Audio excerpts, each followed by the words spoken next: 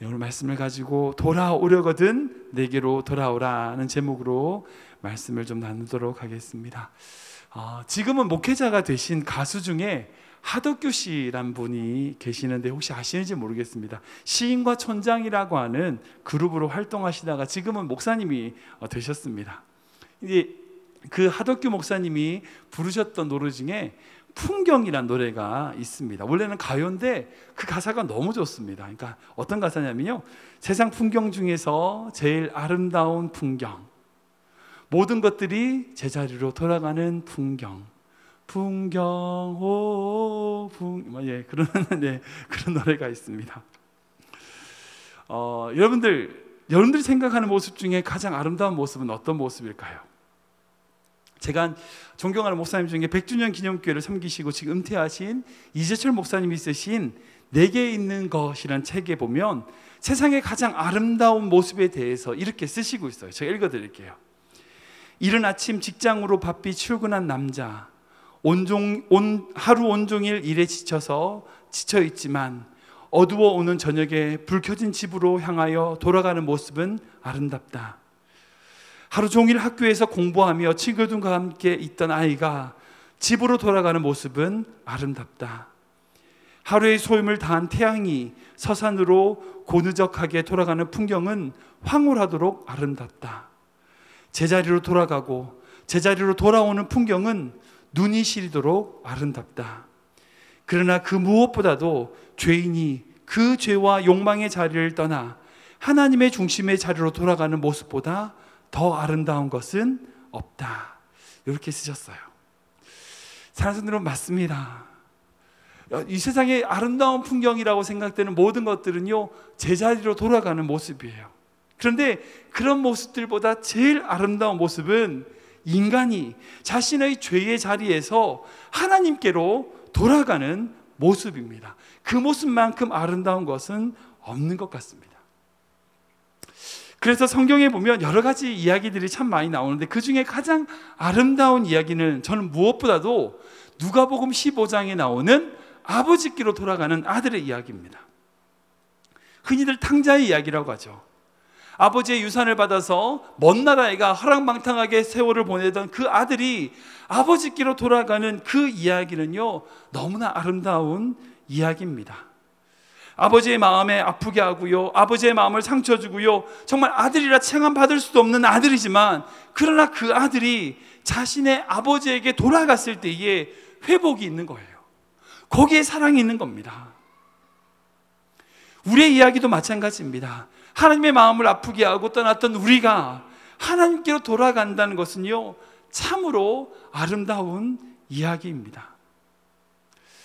아시겠지만 예레미야는 눈물의 선지자로 알려져 있습니다. 그런데 왜 그가 눈물의 선지자인가? 왜냐하면요, 그는 눈물로 그 이스라엘 백성에게 하나님께로 돌아가자라고 선포하고 선언했던 선지자였기 때문입니다. 눈물로 그것을 호소했던 자였습니다.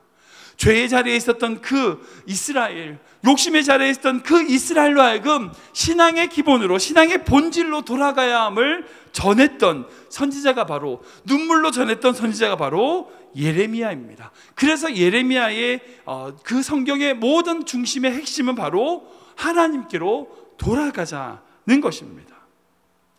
회복인 것입니다. 하나님께 돌아갈 때 회복이 있고요, 하나님께 돌아갈 때 그곳에 우리가 누려야 될 사랑이 있고 행복이 있다는 거예요. 우리가 방금 읽은 본문 말씀도 동일한 말씀입니다. 이스라엘 백성에게 여호와 하나님께로 돌아가자라고 하는 촉구하는 그 주님의 마음을 전하고 있는 것입니다. 예레미야는요, 이 말을 수도 없이 많이 했어요. 이스라엘 향하여 하나님께 돌아가자는 말을 여러 번 촉구하고 있습니다. 본문 앞에 3장에도요 3번이나 이스라엘 백성에게 이렇게 이야기하는 것을 볼 수 있어요. 12절 말씀을 보면요, 너는 가서 북을 향하여 이 말을 선포하여 이르라. 여호와께서 이르시되 배역한 이스라엘아 돌아오라, 돌아오라. 14절에 여호와의 말씀이니라. 배역한 자식들아 돌아오라. 나는 너희 남편입니다. 그리고 22절 말씀에 배역한 자식들아 돌아오라. 내가 너희의 배역함을 고치리라 하시니라. 그러니까 하나님께서 이스라엘 백성을 향하여 끊임없이 돌아오라고 그들을 호소하고 있는 모습을, 촉구하고 계시는 모습을 볼 수 있습니다. 그리고 이 예레미야를 통하여 눈물로 그 이야기를 호소하고 있는 겁니다. 그래서 오늘 말씀을 통하여 이 예레미야에게 주셨던 하나님의 마음이 무엇인지, 그리고 하나님께 돌아간다는 것은 무엇을 의미하는지 오늘 본문을 중심으로 한번 생각해 보겠습니다. 하나님께로 돌아간다는 것은요, 첫 번째로 하나님 앞에 버릴 것을 버리는 것입니다. 우리가 같이 읽어볼까요? 시작. 하나님 앞에서 버릴 것을 버리는 것입니다. 한번 더 읽겠습니다. 시작. 하나님 앞에서 버릴 것을 버리는 것입니다. 1절 말씀 같이 읽겠습니다. 시작. 이스라엘아, 내가 돌아오려거든 내게로 돌아오라. 내가 만일 나의 목전에서 가증한 것을 버리고. 아멘. 신앙생활을 한마디로 말하면요, 단 여러 가지로 표현할 수 있겠지만 제가 이 본문의 말씀으로 생각해서 한마디로 표현하자면 버려야 될 것을 버리는 게 신앙생활입니다.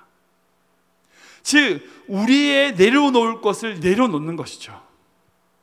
우리가 버려야 할 것을 잘 버리는 것이 바로 하나님께로 돌아가는 것입니다. 그런데 왜 사람들은 하나님께 돌아가지 못하는가? 이유는 한 가지입니다. 버리지 못해서 그래요. 내려놓지 못해서 그런 겁니다. 누가복음 15장에 아까 말씀드린 것처럼 잃어버린 그 아들이 아버지께로 돌아갔을 때에 그 장면을 한번 생각해 보세요. 그 아들이, 그 탕자가 돌아가기 위해서 버려야 될 게 뭐였을까요? 지금 자기가 배고파서 뭘 먹고 있었냐면 돼지들이 먹는 그 쥐염 열매를 먹고 있었어요. 근데 그 쥐염 열매를 버리지 못하면 돌아갈 수 있어요, 없어요? 못 돌아가요. 못 떠나는 거예요.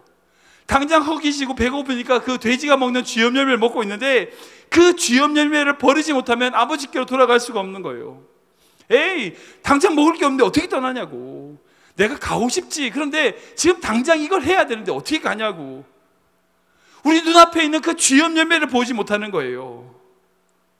아버지께로 돌아가면 풍족한 모든 것이 있는데 당장 지금 내 앞에 있는 그 쥐염 열매를 버리지 못해서 못 돌아가는 거예요. 또 뭐 때문에 못 돌아가는가? 자기가 성공해야 된다는, 다른 사람들이 나를 어떻게 볼 건가는 그 자존심을 버려야 돼요. 그 탕자가 아버지를 떠났을 때 어떤 말을 하고 떠났을까요? 두고 보라고, 나 성공할 거라고 그 말하고 떠났잖아요. 앞으로 나 잘 될 거라고, 나 성공할 거라고 떵떵거리면서 떠났는데 아무것도 없는 거지로 집으로 돌아가. 생각해 보세요. 사람들이 자기를 뭐라고 보겠어요? 다른 사람들이 나를 어떻게 생각하지? 내가 돌아갔을 때 그 사람들이 나 뭐라 할까? 여러분, 그 생각까지면 못 돌아옵니다. 자존심을 내려놔야 돼요. 그 아들이 아버지께로 돌아갔다는 것은 그 두 가지를 버린 거예요. 지금 내가 먹고 있는 쥐염 열매를 버린 거고요, 내가 다른 사람들에게 어떻게 평가받는지 그 자존심을 다 버린 거예요. 그러니까 아들은 아버지께로 돌아갈 수 있었습니다. 우리 또한 마찬가지입니다. 우리가 하나님께로 들어가려면요, 우리가 가지고 있는 것, 우리가 쥐고 있는 그 작은 성공, 그 작은 쥐염 열매를 버릴 수 있어야 돼요. 그리고 우리의 자존심을 내려놓을 수 있어야 됩니다. 그래야 주님께 돌아갈 수 있다는 겁니다. 그래서 에베소서는요, 우리가 새롭게 되기 위하여 벗어야 할 것이 있다고 말씀하고 있어요. 우리가 말씀 읽어볼까요? 시작.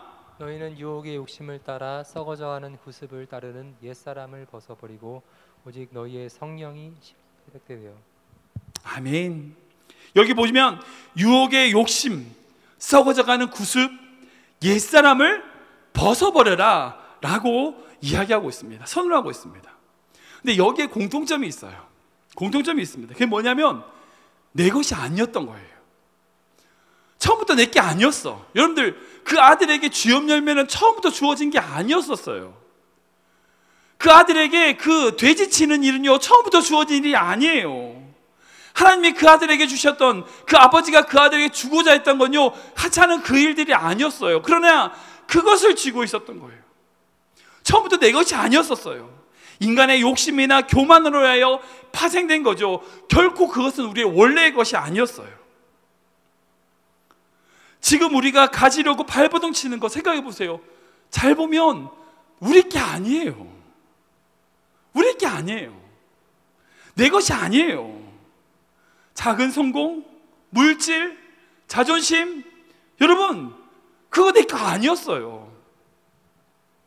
그러나 거기에 매여 있으면 하나님께 돌아가지 못하는 거예요. 내 것이 아닌데 내 것인 양 착각하고 그것에 목매어 사는 인생만큼 불쌍한 인생이 없어요. 결국 내게 안 될 건데 그걸 가지려고 말버둥치고 몸부림치는 인생, 여러분, 그 인생만큼 불쌍한 인생이 없더란 거죠. 우리는 주님께 돌아가기 위해 날마다 우리가 버려야 될 게 무엇인지 깊이 고민해야 됩니다. 이것은 내가 하나님이 버려야 될 것은 아닌가, 우리 스스로 날마다의 삶 속에서 점검해야 됩니다. 그리고 그 점검 속에서 하나님께 한 걸음 한 걸음 나아갈 수 있게 되는 것입니다.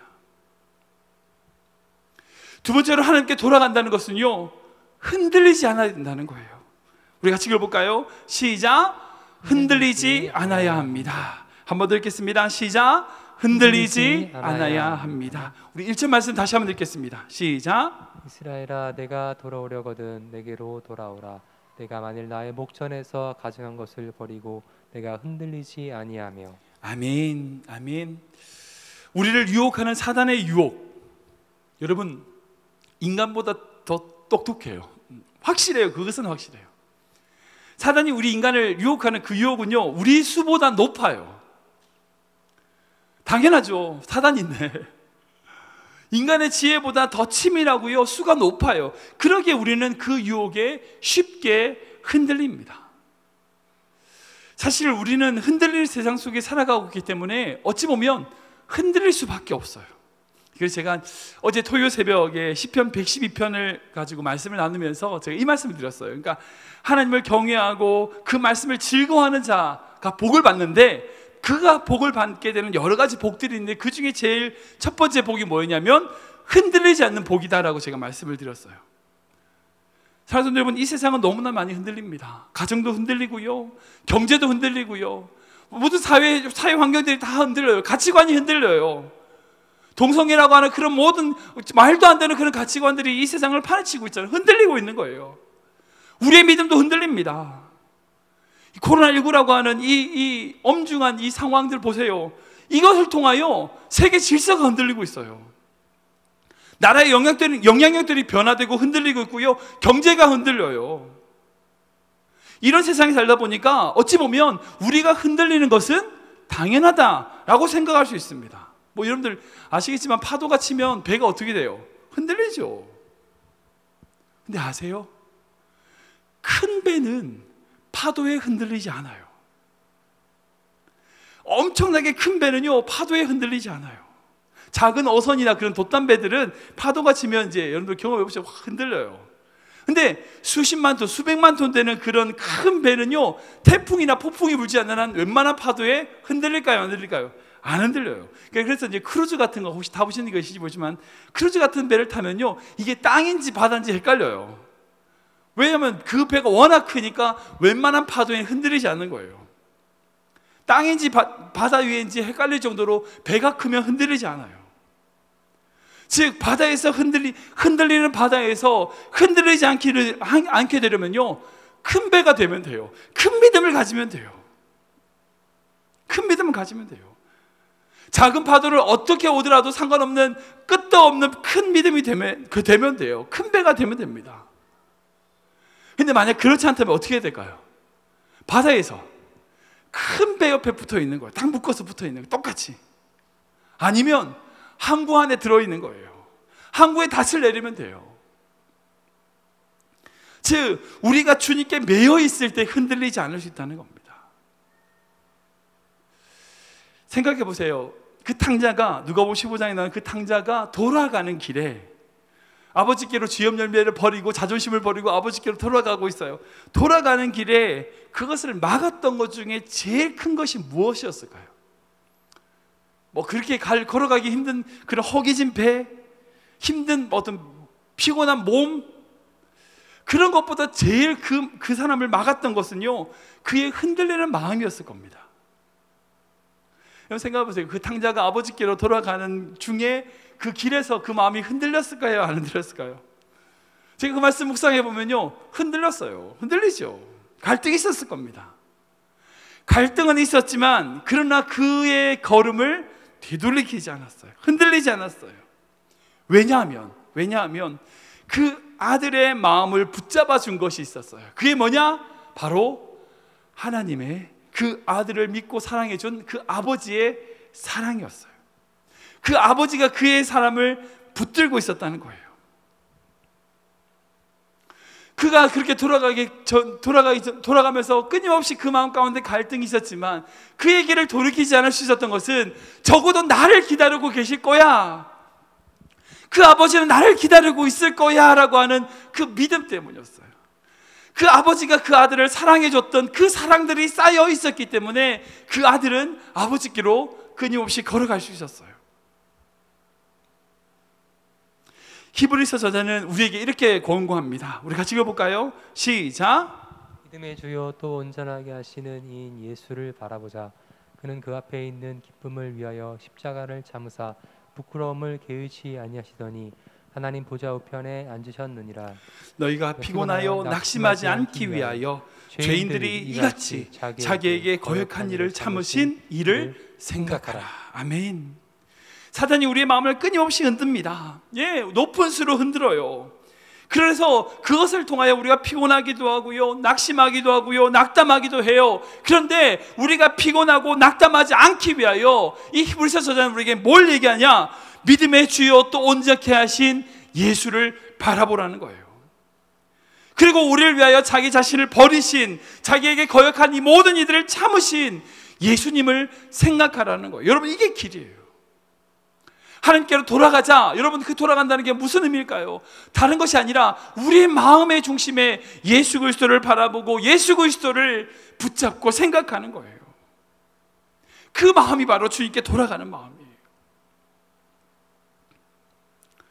마지막으로 세 번째로 주님께 돌아간다는 것은, 하나님께 돌아간다는 것은요, 진실과 정의와 공의로 하나님께 맹세하는 것입니다. 우리 같이 읽어볼까요? 시작. 진실과 정의와 공의로 하나님께 맹세해야 합니다. 한번 듣겠습니다.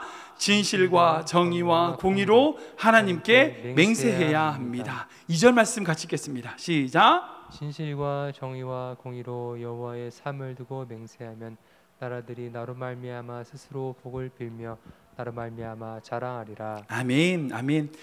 우리가 이 말씀을 좀 잘못 오해할 수 있습니다. 그러니까 무슨 말이냐면, 진실과 정의와 공의를 온전히 행할 때에, 그러므로 말미암아 그것을 통하여 하나님이 나로 자랑케 하신다, 그 온전한 삶을 살 때에, 실천할 때에 하나님께로 돌아오는 거다 라고 이해하기 쉽습니다.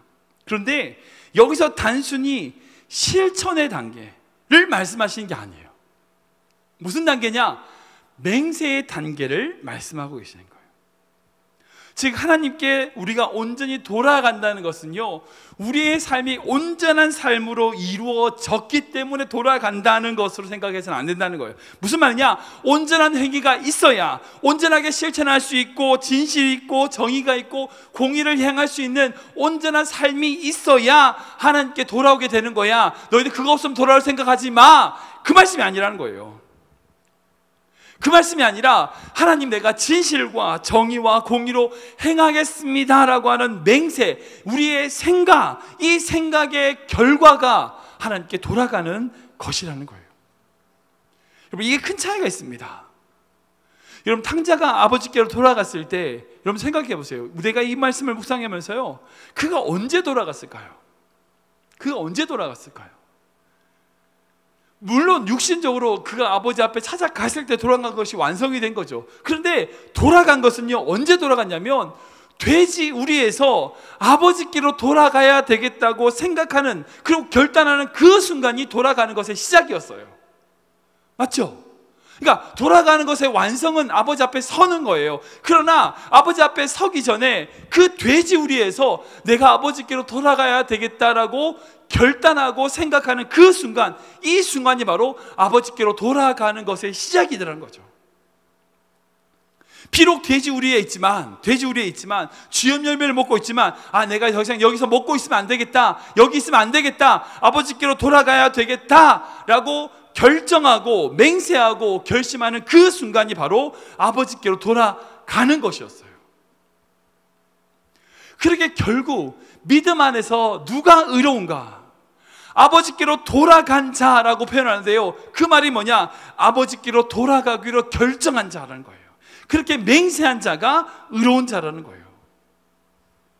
우리가 로마서에서 흔히들 이제 믿음의 의에 대해 말씀하고 있습니다. 믿음으로 말미암는 의는요, 결코 행함으로 이루어지는 것이 아니에요. 그것으로 이루어지는 게 아닙니다. 믿음은 우리의 마음의 결단이고 그것이 우리에게 의가 된다고 말씀하고 있어요. 그래서 사도 바울은 로마서의 아브라함의 믿음에 대해 이렇게 고백합니다. 같이 읽어볼까요? 시작. 만일 아브라함이 행위로서 의롭다 하심을 받았으면 자랑할 것이 있으려니와 하나님 앞에서는 없느니라. 성경이 무엇을 말하느냐? 아브라함이 하나님을 믿음에 그것이 그에게 의로 여겨진 바 되었느니라. 아멘, 아멘. 이 말씀이라는 거예요. 아브라함을 의롭다고 할 수 있는 것은 그가 온전하게 실천했기 때문이다, 그렇게 육체적으로 자랑할 것이 있었기 때문이다, 아니라는 거예요. 없다는 거예요. 하나님 앞에는 없느니라, 없다는 거예요. 그냥 하나님을 믿으니 그것을 의로 여기셨다는 거예요. 아브라함이 하나님을 믿을 때에 그것을 의로 여기시는 분이 우리 하나님이시라는 거예요. 즉 하나님께로 돌아간다는 것은요, 우리의 행위가 어떻게 되어서 우리가 행위가 이렇게 했기 때문에 돌아가는 것이 아니라 우리의 생각으로, 우리의 결단으로 하나님께로 돌아가기로 작정하고 우리의 자리에서 그 마음을 먹고 나서는 자, 하나님 앞에 하나님을 향하여 걸어가기로 결정하는 자, 이것을 주님은 의로 여기신다는 거예요. 사랑하는 성도 여러분, 이 세상에 완벽한 사람은 없습니다. 완벽한 사람은 없습니다. 누가 완벽합니까? 완벽하지 않죠. 행위로 완벽할 때에 하나님께 돌아간다고 하면 하나님께 돌아갈 인간이 누가 있습니까? 아무도 없습니다. 저도 안 됩니다. 아무도 없습니다. 그러나 탕자가 돼지우리에서 그 후에 뉘우치고 갔으니 라고 하는 이 표현, 즉 자기의 자리에서 뉘우치고 아버지께로 출발하는 그 순간 아버지의 집에 돌아간 것과 일배 없는 것으로 여기시는 그 주님이 기뻐하시고 인도하시는 것을 볼 수 있다는 거예요. 사랑하는 성도 여러분, 지금 여러분이 어떤 자리에 있는지 모르겠습니다. 어느 곳에 계신지 중요하지 않습니다. 지금 있는 자리에서 내가 하나님께로 돌아가야 되겠다고 결정하고 결단하고 우리의 믿음으로 한 걸음 내딛는 순간, 여러분, 이것이 바로 하나님께로 돌아가는 출발점이 된다는 거예요. 말씀을 정리하겠습니다. 그리고 우리가 그렇게 하나님께로 돌아갔을 때에 우리는 어떻게 되는가? 하나님의 자랑거리가 되는 겁니다. 우리 2절 말씀 다시 한번 읽을까요? 시작. 진실과 공의와 전공의로 여호와의 삶을 두고 맹세하면 나라들이 나로 말미암아 스스로 복을 빌며 나로 말미암아 자랑하리라. 아멘. 나라들, 그 모든 민족과 열방들이 하나님을 말미암아 복을 받게 되고 그 하나님을 말미암아 자랑하는 그런 인생이 되다는 거예요. 나로 말미암아 자랑하리라. 우리가 하나님께 돌아갔을 때에 우리는 주님의 자랑거리가 되는 거예요. 하나님을 우리가 자랑하는 거예요. 주님이 우리를 자랑하는 거예요. 여러분, 이게 신앙생활이에요. 이게 신앙생활이에요. 우리가 하나님께 돌아갔을 때에 우리가 주님을 막 자랑하는 거예요. 그게 전도겠죠. 우리가 자랑하는 거예요. 그리고 하나님이 우리를 자랑하시는 거예요. 우리를 높이시는 거예요. 여러분, 그런 신앙생활을 하면 얼마나 행복할까요? 하나님이 우리를 자랑하고 우리가 하나님을 자랑하고. 탕자는 세상에서 방탕하다가 깨달음을 얻고 아버지 집으로 갔을 때에 도저히 바랄 게 없었어요. 그냥 이제 그거 뭐라고 고백하냐면, 저는 아들이라고 일컬음을 받기에 감당치 못합니다. 그냥 몸종으로라도 좀 받아주십시오라고 얘기를 해요. 그가 기대했던 것은 아들의 대우를 회복하는 게 아니었어요. 딴 데서 너무나 굶으니까 아버지 집에 가면 적어도 굶지는 않겠다, 배고프지는 않겠다는 생각으로 아버지, 제가 그냥 몸종으로만이라도 저한테 그냥 그거 해주세요, 그 마음이었어요. 아들이 아니라 종으로라도 아버지와 함께 살았으면 좋겠다, 그 마음이었다는 거예요. 그런데 탕자가 그 집에 들어선 순간 그 삶을 바꿨을 뿐인데, 그가 그 집에 도착했을 때 아버지가 어떻게 합니까? 아들을 향해서 막 달려가잖아요. 그 아들을 부둥켜 안고 그 아들을 위하여 잔치를 베풀고 금가락지를 끼우고 기뻐하고 그 아들이 돌아옴으로 말미암아 기뻐하고 자랑하는 그 아버지의 모습을 볼 수 있습니다. 사랑하는 성도 여러분, 이것이 바로 하나님의 마음이에요. 우리가 제자리로 하나님께로 돌아갔을 때의 축복은 여기 있습니다. 여러분들 다 그러시겠지만 부모에게 자식들은 자랑입니다. 자녀들의 모습이 어떤 모습이든지 간에요, 어떤 모양을 가지고 있든지 간에요, 자랑입니다. 제가 예전에 LA에서 주민관계 사역할 때에 거기에 사랑부라고 하는 그 부서가 있었는데, 거기는 아시다시피 장애인들이 있습니다. 그 장애인들이란 게 결국 이제 좀 온전하지 않잖아요. 몸도 불편하고 몸도 연약한 부분이에요.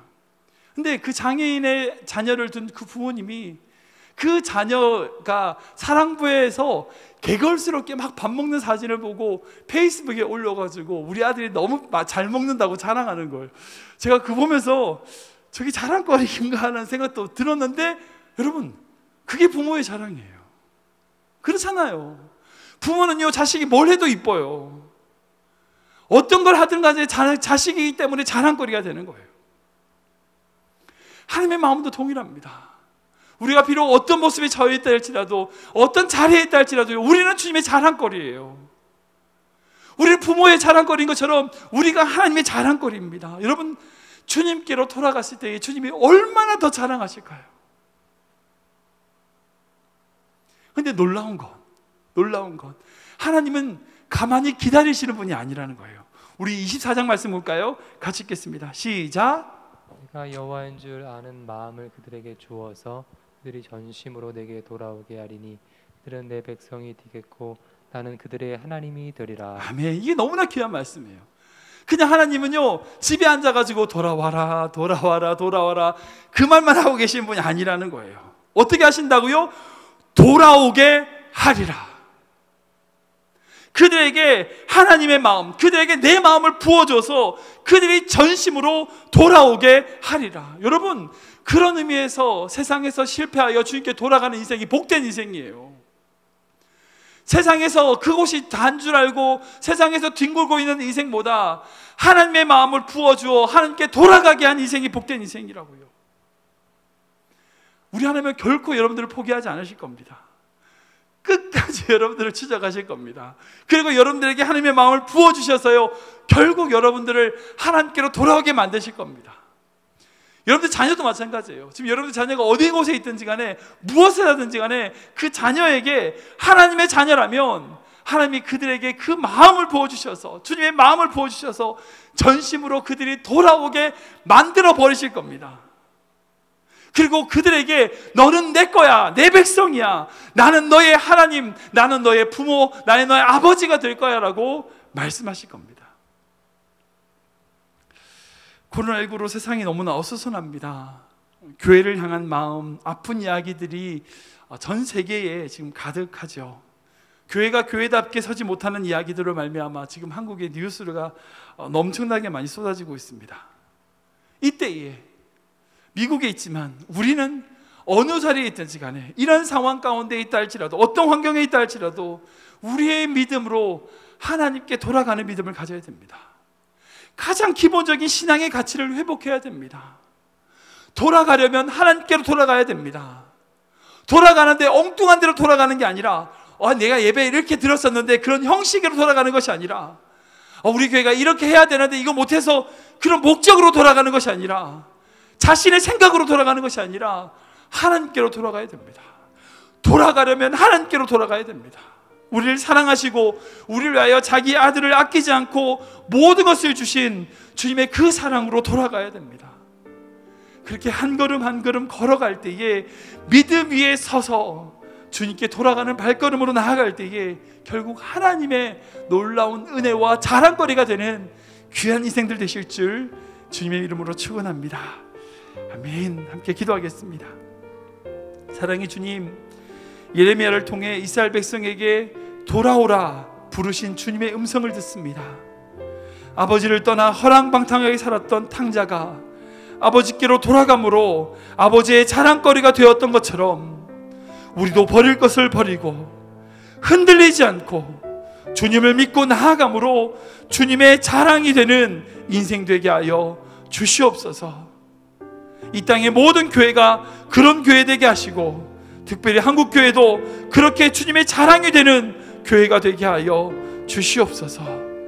예수님의 이름으로 기도하옵나이다.